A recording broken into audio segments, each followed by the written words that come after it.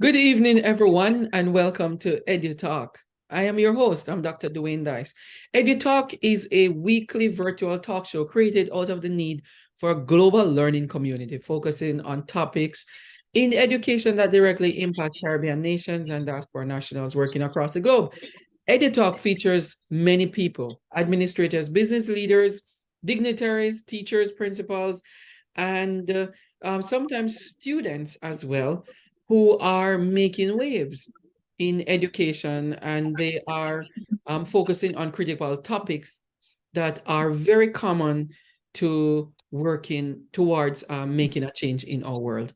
So we have on our program this evening Mrs. Villeneuve-Dyce, who is not any stranger to EduTalk, and inviting her on here as an ex officio guest to talk about a very critical topic today, women and education. I know it's a very, very broad topic, so we want to narrow it down to our women in our region who are making waves, who are setting trends, trendsetters, as they call them. And so we can focus a little bit on that. Welcome to EduTalk, Judy. It's good to have you on this Women's History Month first session. Thank you. It's a pleasure to be here. Hello, everyone. It's a wonderful opportunity for us to talk about women. You know, being one myself, I think it's great that there is a focus month, but, women are hard at work every day, 365 days a year. So I'm happy that you're taking the opportunity to recognize women. So thank you. Yes, very well. And you know what I thought of, even not just of March, but I usually think of March as a month that we get on with our lives, and whatever we weren't accomplishing based on I don't believe in New Year resolutions, but based on the resolutions that we have made, then March, the third month of the year, we start to get cracking, and I don't know if that's why they put March as Women's History Month, because women have to march a lot to get things done, and march to make sure that they have voting rights, march to make sure that they come out of the kitchen, march to make sure that they are equally provided for their family, and they are equally providing, or even more breadwinners than men in our societies. But they still have to march on, Julie. You're absolutely right. And honestly, as time has progressed, women who have always been making major contributions in the family unit have more and more so have to be running families on their own.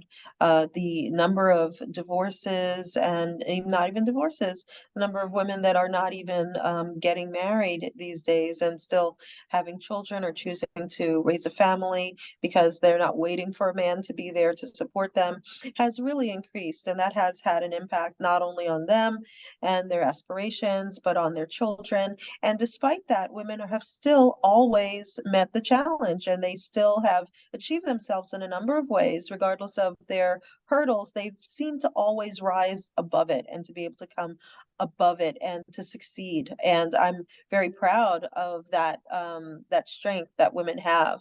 But it would be nice sometimes, I'm sure most women would like to have a little bit of a break, but they definitely are enduring and persevering and capable. And they've more than proved that over the years. Yeah, that's very good. And it's not like they didn't try hard or wait on a man to give them a chance. They talk about breaking the glass ceiling, pushing out and upwards to create change, to create some significant purpose for their young girls. So can you talk about in terms of your experience with women in your work in the education sector, and you have been around different aspects in law as well. Do you find out that there are more women, the ratio of women to male learners in these programs, is it more women than males? It's interesting that you say that because it really does depend on the career. There are a considerable amount of women represented in education, especially in the classroom. The further and further you get up in leadership in education, you see more and more men. But I have to say, and I'm very proud of that in New York City, you have a very equal proportion between men and women in leadership, but that is unique to that profession. I think women are still very much challenged, not only in getting equal opportunities, but also equal pay. I remember the first career that I had, and many of us have reinvented ourselves in our work. I was actually doing law. And in the cases that I was reviewing, I remember the first time I saw this, I was so shocked. There's something called an H-1B visa. Mhm. And that visa is a visa that is a standard visa for somebody who has their first degree, their bachelor's degree. And if you have your bachelor's degree and a company in the US wants to hire you, they can file for this H-1B. And the thing about it is, it's the baseline visa that you can get. So everybody who comes in under that classification has the exact same credentials. Oftentimes, they have the same exact degrees for that role. And when I was doing the papers, I noticed that for the same exact position, the women were being paid at the time $75,000 to start, where the men were being paid $105,000 to start. And I remember taking it to my supervisor and asking, is this an error? Is there a mistake on the application? Mhm. Because everything about these candidates are identical, Mhm. other than the salary and, of course, the name. Mhm. And he says, yes, yes, that is how the company has decided. Now, it was a company has decided they would distribute the salary. Mhm. It costs them the same amount to bring that person in on an H that it does bring, bringing the woman, but the salary they'll be paid to do the same job wasn't the same. And I was very upset about it. I remember thinking that there's really no justification, and made me start to question if I was being paid the right amount, and to see whether or not, how would I find out internally? And that's a no-no in business. You're not supposed to discuss your salary with other people. And that was in private industry. Now working in government, all you have to do is look it up on the internet. That information is available to you. And as a result of it being available to you, I think there's more incentive for them to be a more fair. But the fact is that that's not the case across the board. Most of the time, women are not being paid what they should be getting paid for the work that they do, regardless of the skills that they have. We haven't come, into the ideal future yet in regards to that. And to add to that also, when I was in Teachers College in Jamaica, I was in some of the classes, I was the only male student. And there were Mhm. older women who were coming back to school to get certified in certain areas that they wanted to grow professionally. But I remember even and I did elementary education back then, and they were mostly women. I remember doing a class in the summer. I did two summer classes, and I was the only male student in those two classes. And they treated me like king. They used to bring food to the school for me, lunch and so on. So I didn't have to bring anything. They said, we're gonna take care of you because you're the only male in the class. And they wanted me to stay and feel comfortable. And it's the same thing when I went to teach too. In Florida, fast forward from Jamaica to Florida, at one point, I was one of two males in the entire K-5 school. Two males. And then when the other one left after a year or 2 years, I think, I was the only male in it. And that's when I ran the school advisor council and some other programs for Magnet and so on and so forth. And I didn't feel intimidated or anything because I said, here we go again, it's back to my usual role. But I find that women are very, very powerful human beings. They're very powerful, and whatever they set their minds to, they achieve it. One of the things I wanted to talk to is the fact of their resilience. That women are very resilient, and the saying about behind every successful man, there's a woman It's very true. It is very, very true because I've seen it in my grandparents and I've seen it in my friends. I've seen it in my aunts. I've seen it in everybody that I've grown up with, and I mostly grew up around women who are in control. So talk to us about the resilience of women. Is it true? Well, I mean, I would definitely say that it is. Women have been, I don't know if it's just their nature, but they've kind of been shimmied into supportive roles, because of the nature of being a woman, and being supportive is supposed to be, their natural state of mind, I guess, which is why you find so many teachers in education, because they figure they're nurturing children in that capacity. And that's just one small aspect of what a woman is able to achieve. I haven't met as many male teachers as I have, except having met you. And then all you have so many male teacher friends. So I didn't even know there were so many male teachers. Honestly, I thought there were just women all the time. And in fact, here in New York City, they have a program where they're trying to increase the number of men in the classroom, because they say, just like in a family, the balance is very important. A man brings his character and his strength in a different way than women do, right? Yeah. So, women have also been kind of shimmied into being nurses. And it's interesting because I was just reading about the fact that the first nursing school in the United States was at Spelman University. It's a historically Black college here in 1886. And that's also a field that is very popular among Jamaican women and women in the Philippines. It's like a big nursing community. Yes. But yet, women are capable of being doctors, right? And many of them have. I remember my mom, when she went to Georgetown Law School, she was one of the first women that they let in. It was an all-male school, Georgetown Law School, for a while. And she was not only a woman, but she was also a woman of color. So what I find women have developed generally is perseverance, because of the fact that the road between here and there is never a straight one for us. We have to fall within the restrictions and the assumptions of what it is to be a woman, but we're still very ambitious in a lot of cases. So we find a way to get to that place that we need to get, and that's with compromise and persuasion, and that's where the role with a man plays such a major role, because we can't be in the man's role per se. Men really do like each other. If you ask me, it's a male club. They really like to deal with each other.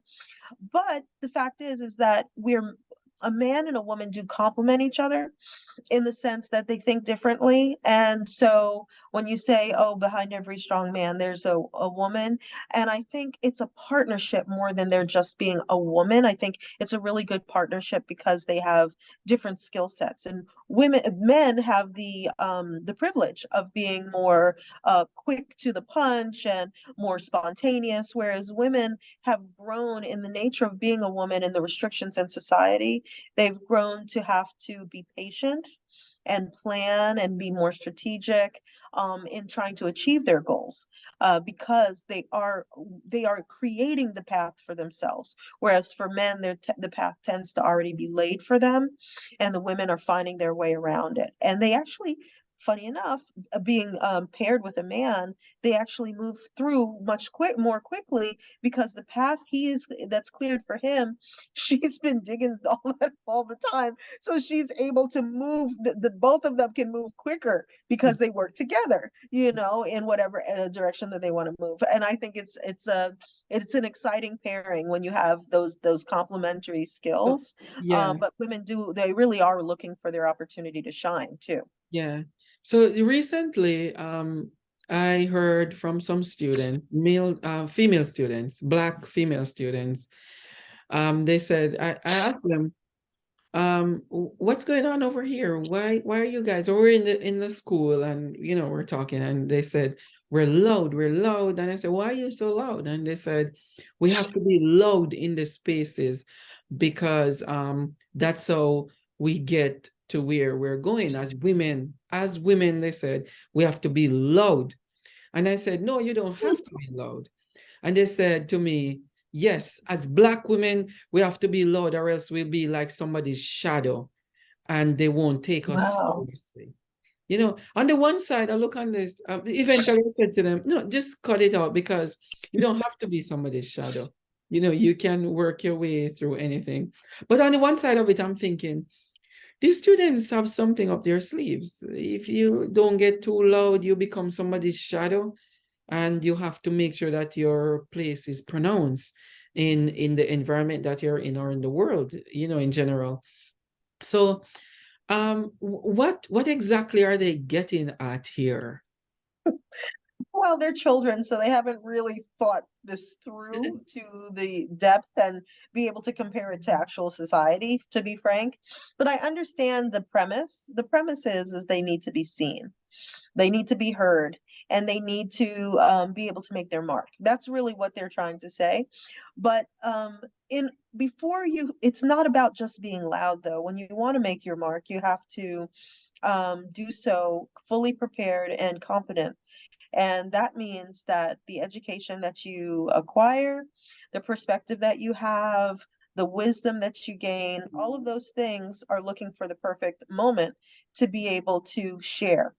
And there's a lot more strength in listening, paying attention, and understanding, the circumstances in which you're in, the people that you're around, studying who they are, and understanding where you want to go in your life and who you are. Those are the things that need to happen first. In fact, it's an old saying, you have two ears and only one mouth, so you can hear double as much as you speak. So the loudness is something that I think they're misinterpreting. I think what they're trying to say is that they want to make a difference, and they want that to be something that people can see and understand and respect. But respect is earned, and it's earned through achievements, thoughtfulness, not just talking to talk, but to talk with reason and something that is meaningful for the conversation, and it adds value to the community in which you're speaking Yeah, to. And anybody in any color, any skin, any gender would gain respect by being respectful and then sharing in a wise and thoughtful way. yeah, So I understand them, but they have some work to go yeah, to get yeah. to They're a point really, and where, they're young. They're yeah. young. So they're going. Um, I was drawn to the idea of Malcolm X's mom, who was always Mhm. listening to Marcus Garvey's speeches.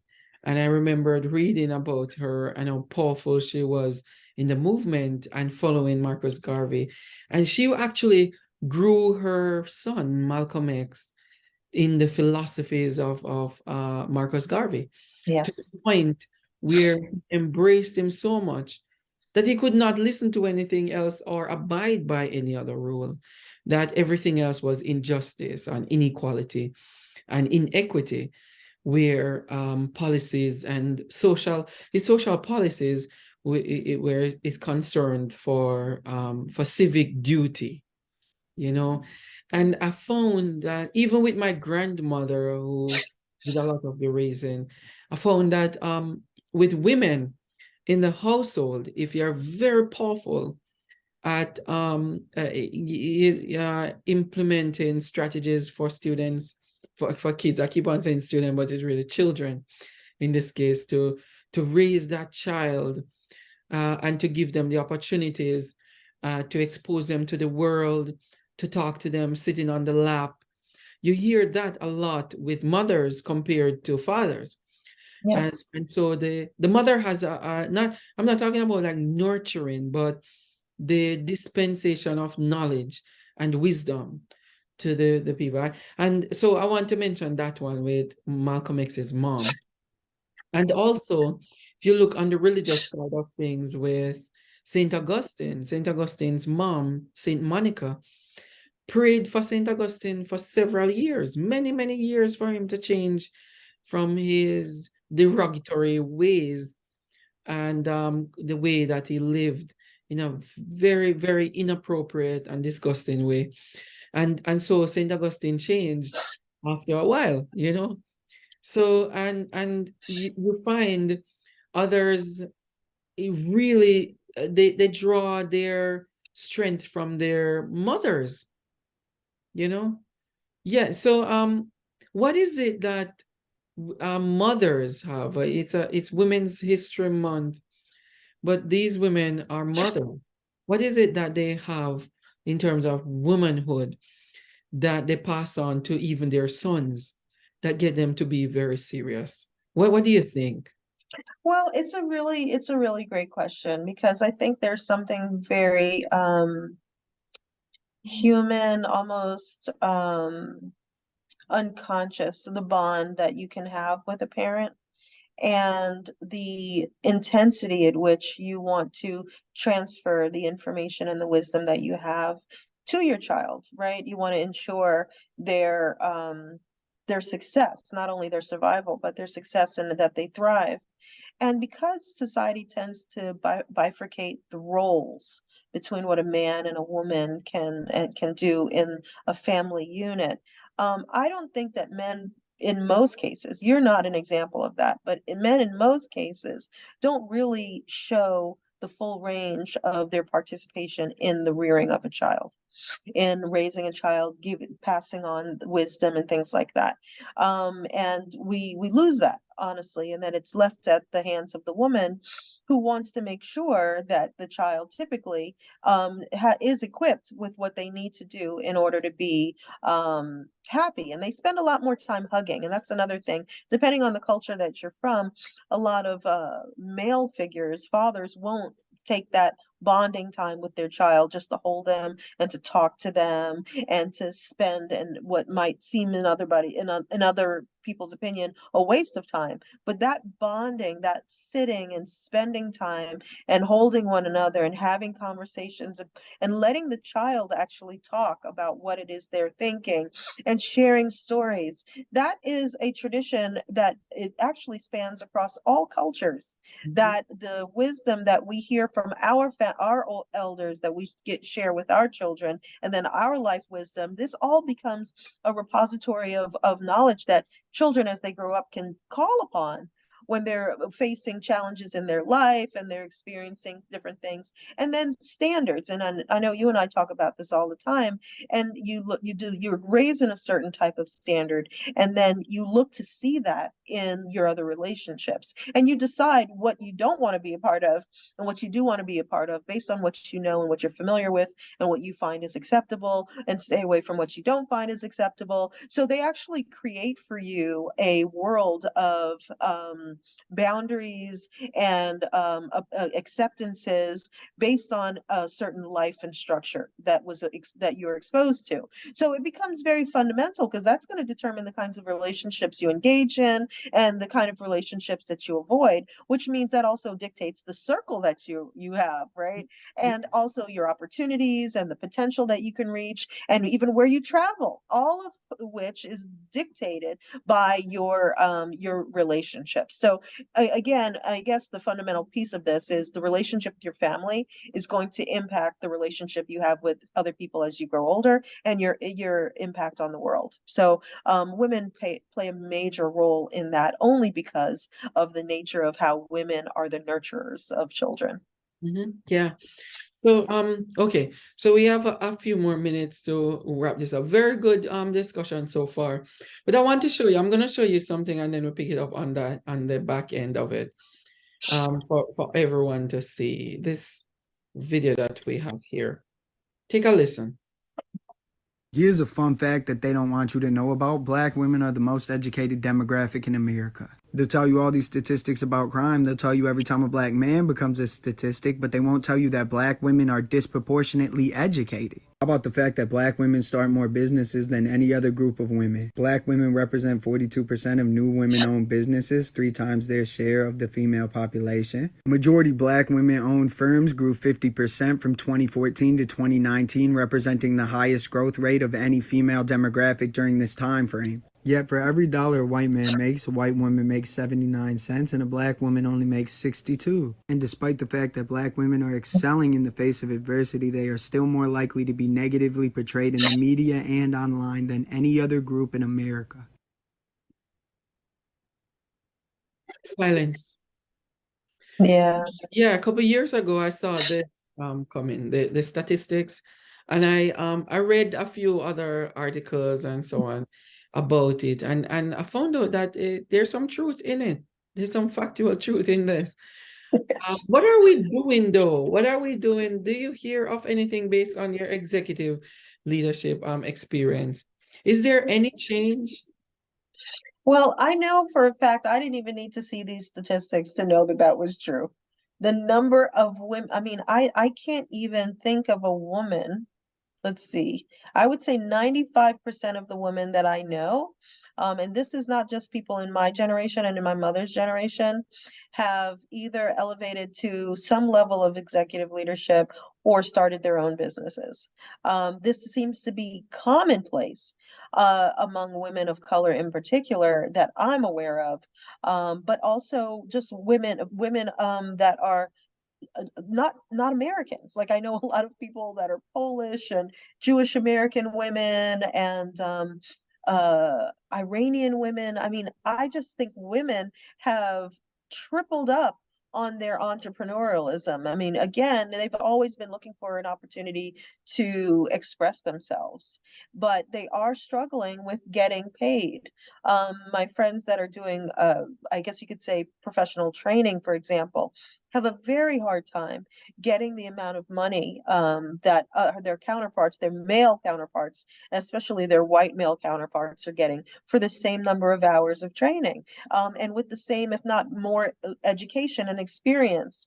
So things are not necessarily getting better per se, but what I think women are doing is they're making themselves known in such a way and they're pushing the envelope in such a way that it's out of sheer numbers that change is happening. Which they're still up against the big fight when it comes to trying to expose themselves in ways where they can get equal pay. But more of them are demanding it because of the fact that their experience is giving them the more confidence to negotiate. I remember when I had first graduated from college, we needed to do a boot camp before graduation.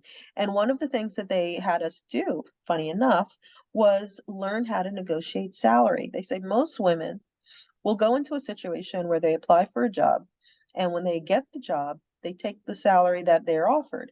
We Mhm. didn't know, and we learned this in boot camp, that when a man gets offered a job, it is typical. Now, these are white men. I don't know about men of color, but Mhm. white men typically say, no, that's a good salary on paper, but I want 20% above that. And what I also didn't know is they'll even ask for a better title. They want to put executive or senior in front of it. I had no idea. I learned that going to a majority white school because they teach you what they are teaching their white students, right? You just happen to be a beneficiary of this information. And I said, wow. And they also said that males tend to apply to jobs where they only have 50% of the skills that are listed on the job description. Whereas women, and this is all women of every color, Yes. tend to only apply to jobs where they fill 99%, maybe 97% of the role. They Mhm. will not apply for jobs where they're 50% or lower. So these are the things that we've come to find out that we do differently. And because they know we don't have the confidence and experience, the system takes advantage of that. So we're learning now. And because many of us are tired of trying to negotiate and fight a system that is working against us, they've resorted to starting their own companies and they're doing a fabulous job. Yeah, yeah. And I think when you were talking earlier on, I said, you know what? If the system is not catering for my needs as a woman, if I was a woman, then why not just start something for myself? I was also Yes. thinking that if women want to try something, do a research on it.